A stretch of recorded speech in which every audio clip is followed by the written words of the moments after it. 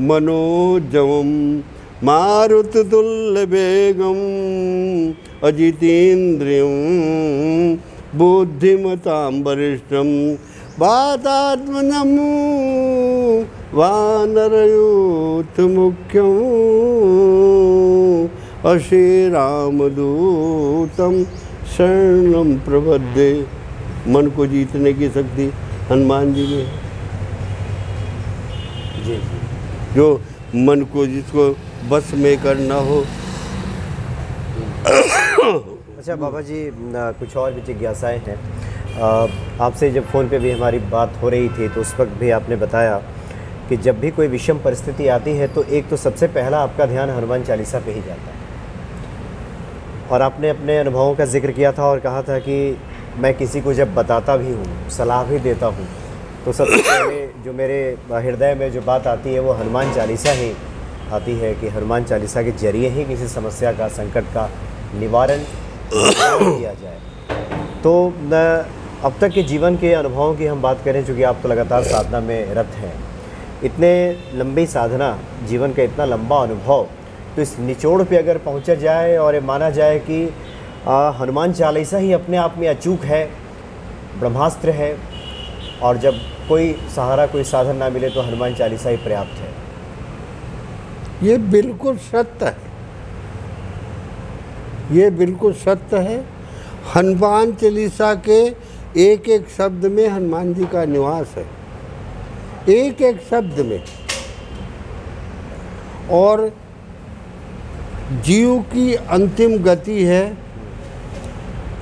दुनिया भर के सारे साधन करने के बाद उसका लक्ष्य है कि अपने पूर्ण से मिले।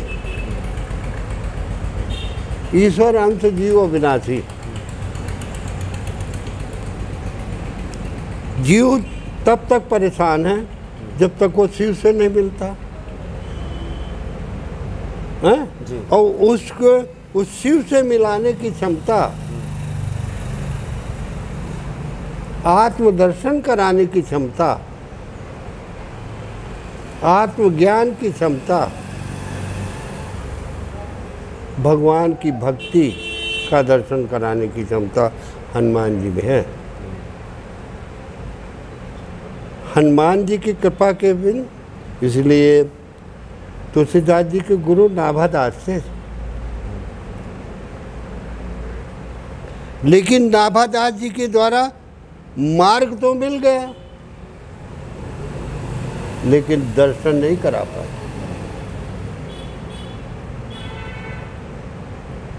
और तुलसीदास जी इसीलिए भटक रहे थे, सोरों गए, अयोध्या गए, काशी गए, चित्रकूट में रहे नहीं, लास्ट में चित्रकूट में गए। अच्छा, वो आखिरी में गए। आखिरी में गए, सोरों गए, अयोध्या गए, काशी गए, प्रयाग गए। तो अंत में हनुमान जी की प्रेरणा हुई कि तुलसी तू भटक क्यों रहा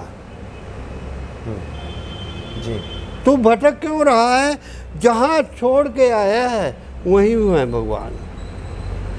तुलसीदास जी को प्रेरणा हुई है हनुमान जी की कि कहाँ घूम रहा है, तुझे दर्शन तेरी जन्मस्थली में ही होंगे।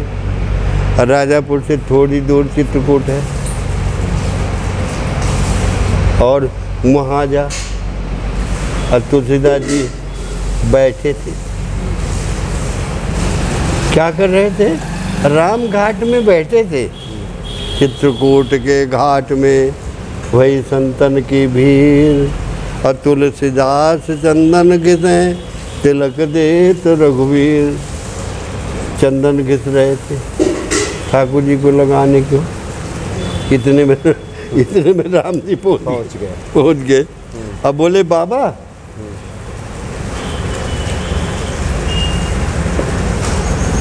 चंदन दे दो। तो जब परिवेश को देखा तो तुलसीदास जी ने कि धनुर्बाण है, तो तुलसीदास जी के मन में पाप आया कि कहाँ से पापी, देखो निरपराध पशुओं का वध करने के लिए धनुर्बाण लिए हैं। और ये चंदन मांग रहे हैं, तो तुलसीदास जी ने ऐसे करके चंदन दिया। चंदन दिया पर देखे नहीं, ऐसे करके दिया। तो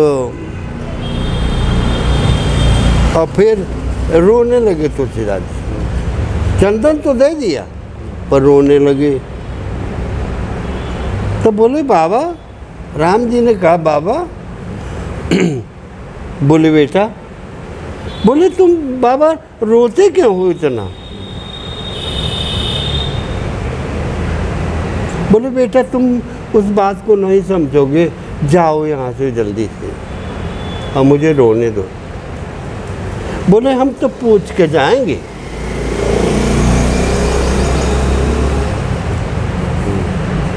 और नहीं बताओगे तो यहीं बैठे रहेंगे, क्यों रोते हो? कबीरा कबीरा हंसना दूर कर, कबीरा हंसना दूर कर, और रोने से कर प्रीत, अब बिन रोए नहीं पाइए प्रेम प्यारो मीत।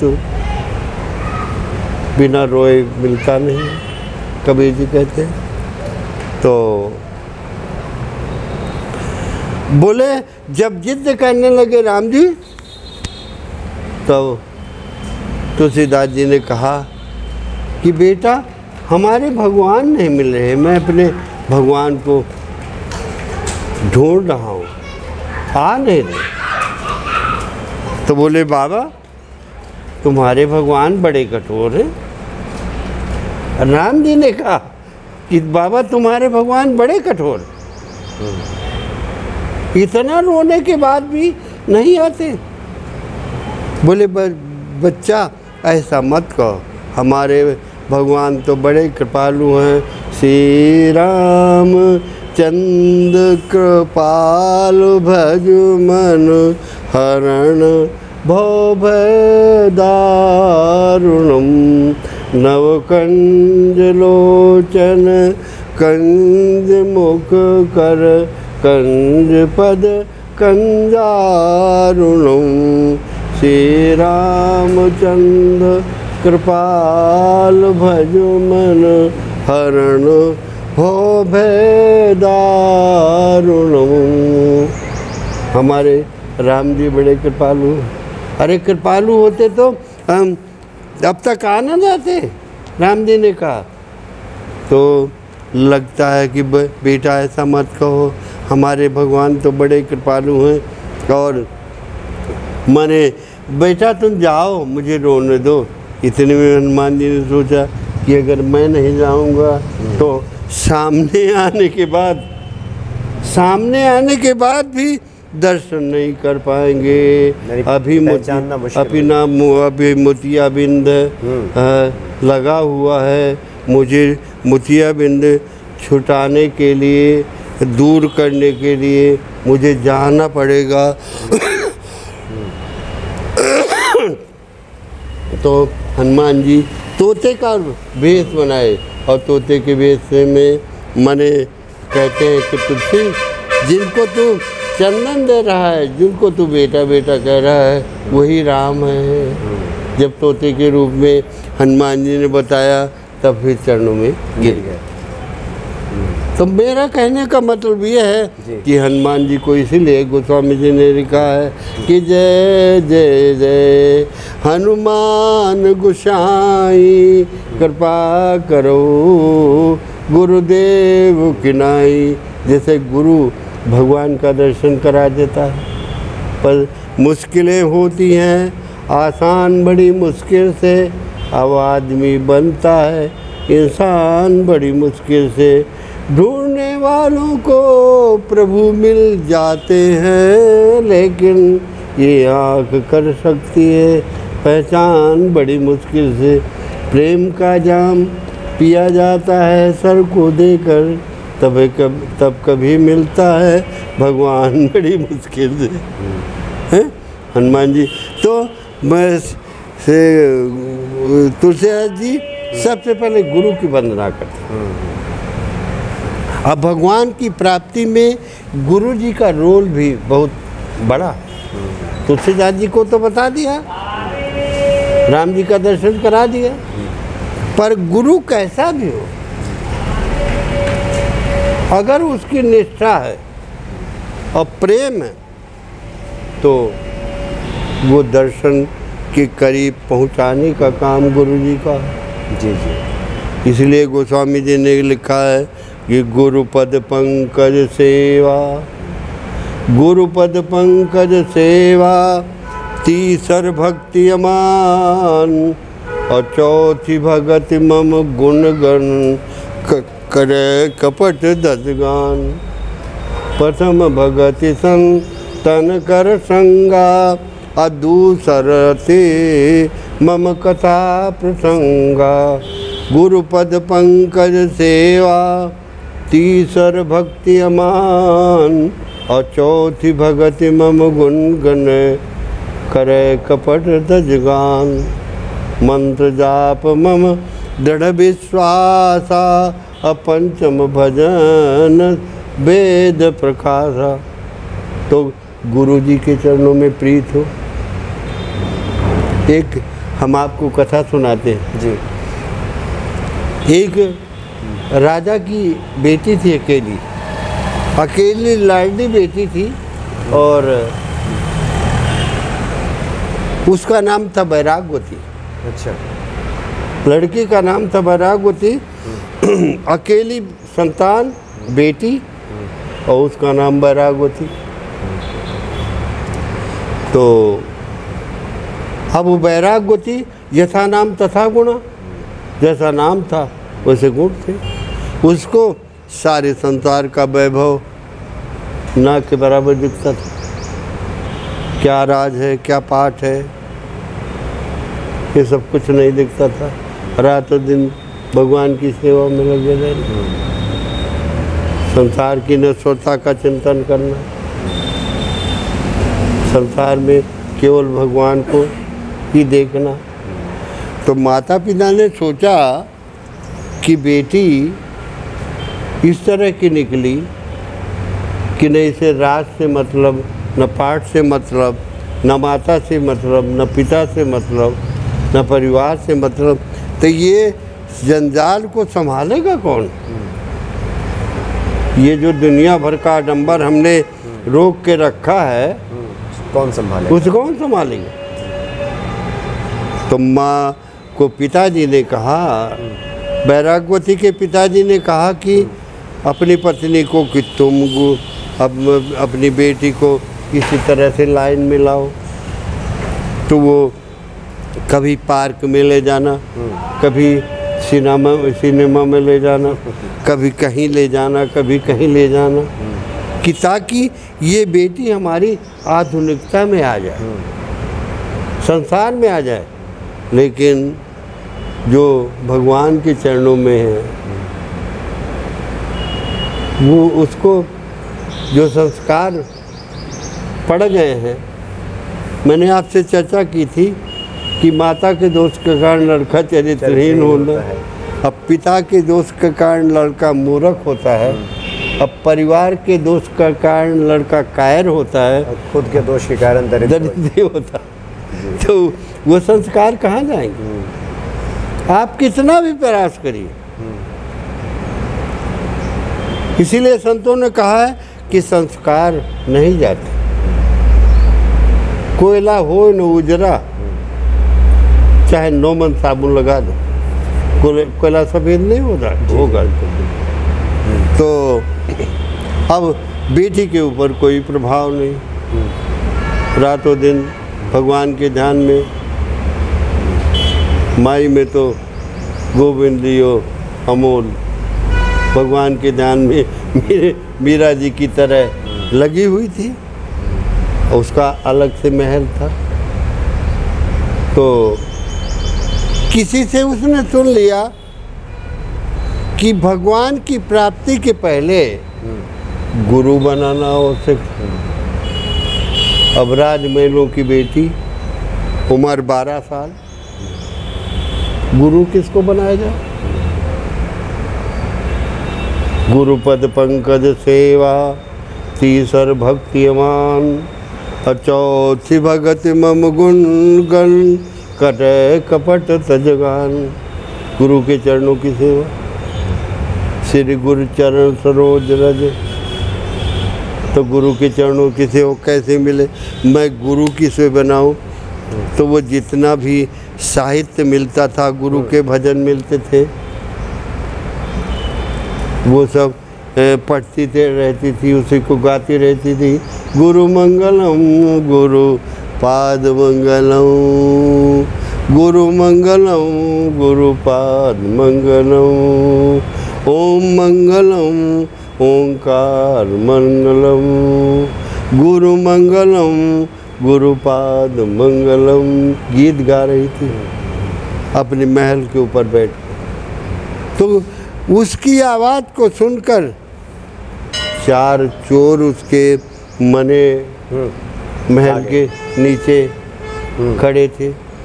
तो उन्होंने कहा कि यार ये भोली बालिका को किसी गुरु की तलाश है, और हम में से अगर एक आदमी गुरु बन करके तो बात बन जाएगी। तो उन्होंने कहा ऐसे कर लेते हैं, और एक ने मने तुरंत।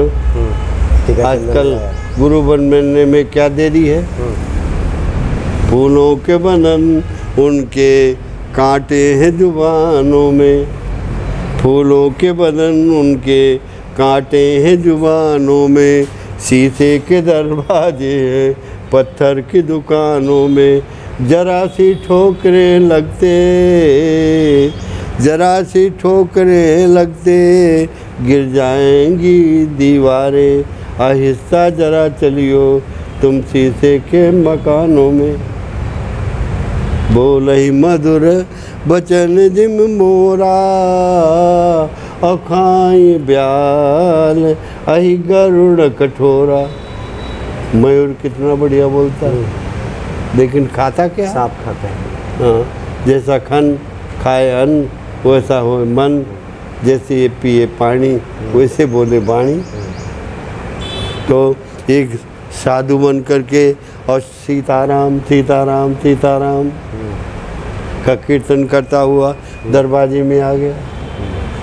जब दरवाजे में आ गए, बेटी के मुंह कान में सीताराम की आवाज़ सुनाई दी, तो वहाँ से दौड़ी हुई आई और हाथ जोड़कर बोली, प्रभु आपकी क्या सेवा करूं। तो जो नकली लोग होते हैं उनमें बनावट बहुत होती है, उनमें बड़ा माने दिखावा बहुत होता है। अब देखिए कितना बड़ा दिखावा था। सूप न खावे तुम सम पुरुष नमो सम नारी, और यह संजोग विधि लिखा बिचारी। और किसके सामने कर रही है? संसार के स्वयं विधाता है, विधाता के सामने। तो भगवान ने कहा अब ये ठीक ठाक नहीं दिख रही लक्ष्मण, तुम जाओ ऐसे बना दो। तब लक्ष्मण गए और उसके कान काटे। तो अब वो लड़की पानी लेके आई, पानी पीजिए। तो उसने कहा बेटी पानी लेके तू आ गई, पानी हम तेरे हाथ का नहीं पिएंगे। बोले क्यों? बोले तूने गुरु मंत्र लिया है। वो चोर कहता है तूने गुरु मंत्र लिया है। तो उसने कहा प्रभु गुरु मंत्र क्या होता है मैं तो जानती ही नहीं हूँ। बोले जो गुरु मंत्र नहीं लेता उसके हाथ का हम जल नहीं पीते, भोजन नहीं करते, अपवित्र माना जाता है। तो वो अब वो राजपुत्री ने सोचा हम तेरे हाथ का जल नहीं पिएंगे। तो राजपुत्री ने सोचा मेरे दरवाजे से प्यासा साधु लौट जाएगा, ये न्याय संगत नहीं है। इसलिए उसने निर्णय कर लिया तुरंत कि गुरुदेव आप ही मुझे गुरु मंत्र दे करके और कृतार्थ करिए और मेरा हाथ का जल पीजिए। तो उसने कहा कि बेटी तुम कहती ठीक हो, लेकिन हमारा गुरु मंत्र महलों में नहीं होता। हमारा गुरु मंत्र महलों में नहीं होता। अगर हम विरक्त संत हैं और हमारा मंत्र वन में होता है, तो अगर हमसे गुरु मंत्र लेना है तो हमारे साथ तुम्हें वन जाना पड़ेगा। राजपुत्री ने कहा गुरुजी उसमें कोई दिक्कत नहीं है, जहाँ होता हूँ वहाँ चलूँगी।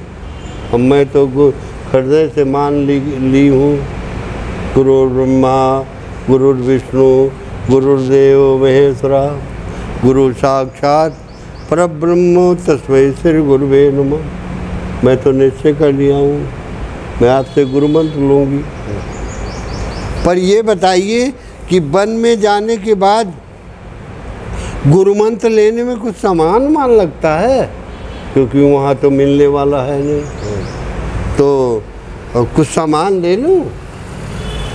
तो गुरुजी ने कहा कि तुम अपना गहनों का सूटकेस ले लो, बहुमूल्य कपड़े ले लो, बहुमूल्य सोना चांदी जो वो रख लो। राजपुत्री ने कहा गुरुदेव जैसी आज्ञा, और फटाफट उसने सब चीज़ पैक करके सूटकेस लेकर तैयार हो गई।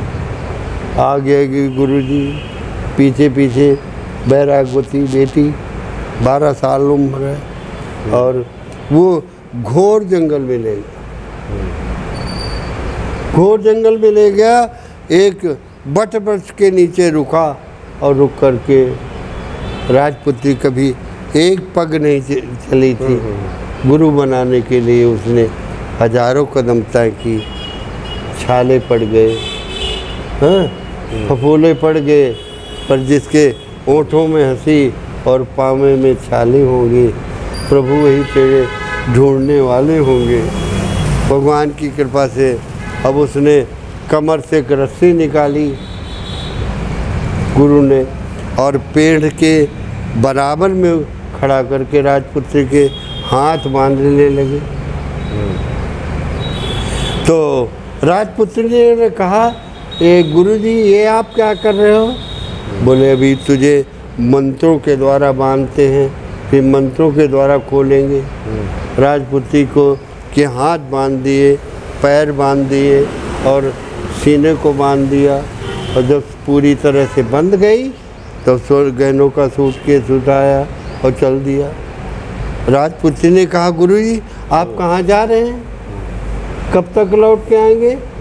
बोली बेटी तेरी आयु का एक प्रहर बीत जाने के बाद, अर्थात मुझे अब नहीं आना और चला। पर जिसके लिए गुरु बनाया जाता है, ये गुरु तो चला गया, पर जिसके लिए गुरु बनाया जाता है, जो जगत का नियंता है, संसार का स्वामी है, वो थोड़ी कहीं चला गया। वो तो पुकार सुन करके तुरंत तो गुरु गुरु गुरु का स्मरण कर रही थी। इतने में परमात्मा की परम पावन कृपा से भगवान का आसन हिलने लगा।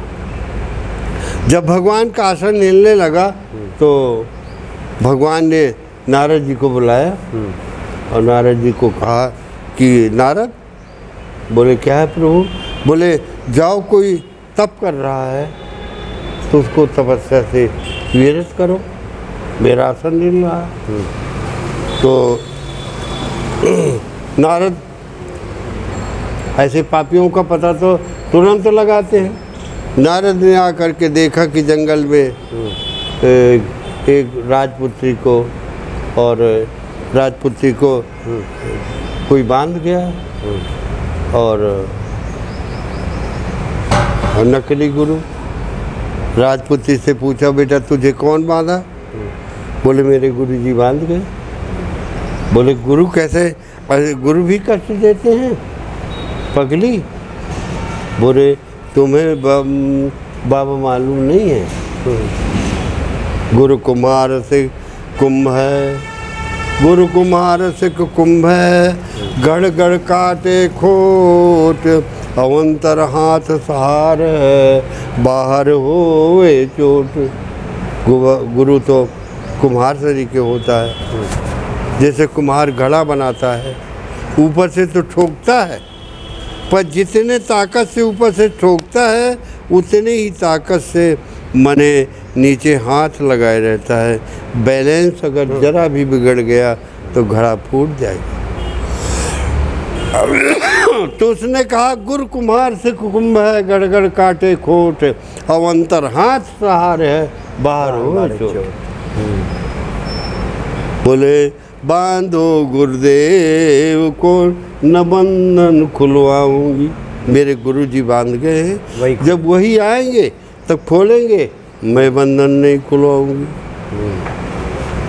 हैरान नारद भगवान के पास गए। भगवान ने कहा कि क्या हुआ नारद, अभी तक मुझे शांति नहीं मिली, मेरा आसन बार बार हिल रहा है। बोले गुरुजी क्या करो प्रभु, एक कोई धूर्त गुरु एक कन्या को बांध गया है जंगल में, और वो इतनी निष्ठावान है कि मैंने बड़ा प्रयास किया, लेकिन प्रभु वो मेरी एक बात नहीं सुनी। और मैं तो कहता हूँ आप चलिए, और अगर आप नहीं जाते तो लगता है कि वो लड़की के तप से आपकी और त्रिलोक की व्यवस्था बिगड़ जाएगी। और उसी समय आसन कहाँ हिल रहा था और कहाँ गिरने लगा।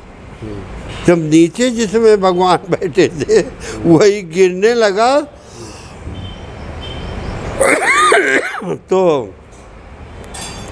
भगवान ने कहा नारद अब लोक सीमा का उल्लंघन हो रहा है, चलो। तो जिस समय नारद जी के साथ में भगवान नारायण पहुँचे, और नारद ने कहा कि बेटी, जिसके लिए जप तप दान व्रत यज्ञ हवन पूजा पाठ दुनिया के जितने भी साधन हैं जिसके लिए किए जाते हैं, और इवन गुरु भी जिसके लिए बनाया जाता है, वो नारायण सामने खड़े हैं, तो अपने बंधन को लुआ ले। तो राजपुत्र ने कहा बाबा तेरा दिमाग खराब है,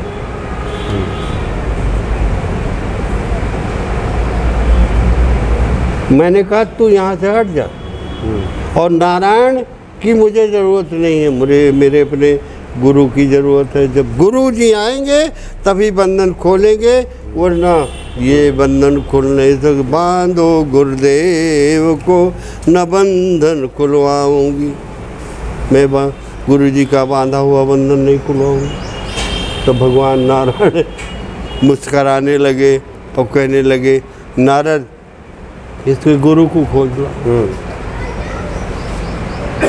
तो जिस प्रकार पापियों का पता माने यहाँ के दुष्कर्मियों का पता पुलिस लगाती है, उसी प्रकार भगवान के पुलिस ऑफिसर नारद जी हैं, ढूंढते हुए गए तो 4 चोर बैठे थे।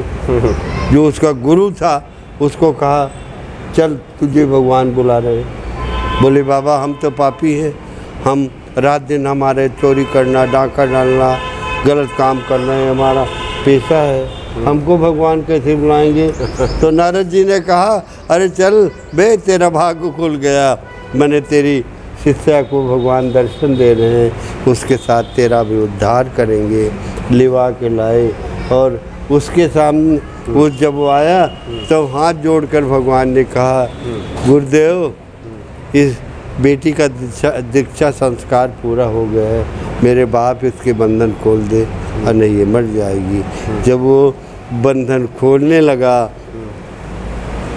तो बरस सुमन सुर सकल सिहाई, बरस सुमन सुर सकल सिहाई, यही समपन्न पुण्य को नाही। आकाश से देवांगन है, फूलों की वर्षा करते हैं, गंधर्व गान करते हैं। जब भगवान की कृपा से गुरुदेव ने बंधन खोल दिया तो लड़की कहती है बरागवती, ये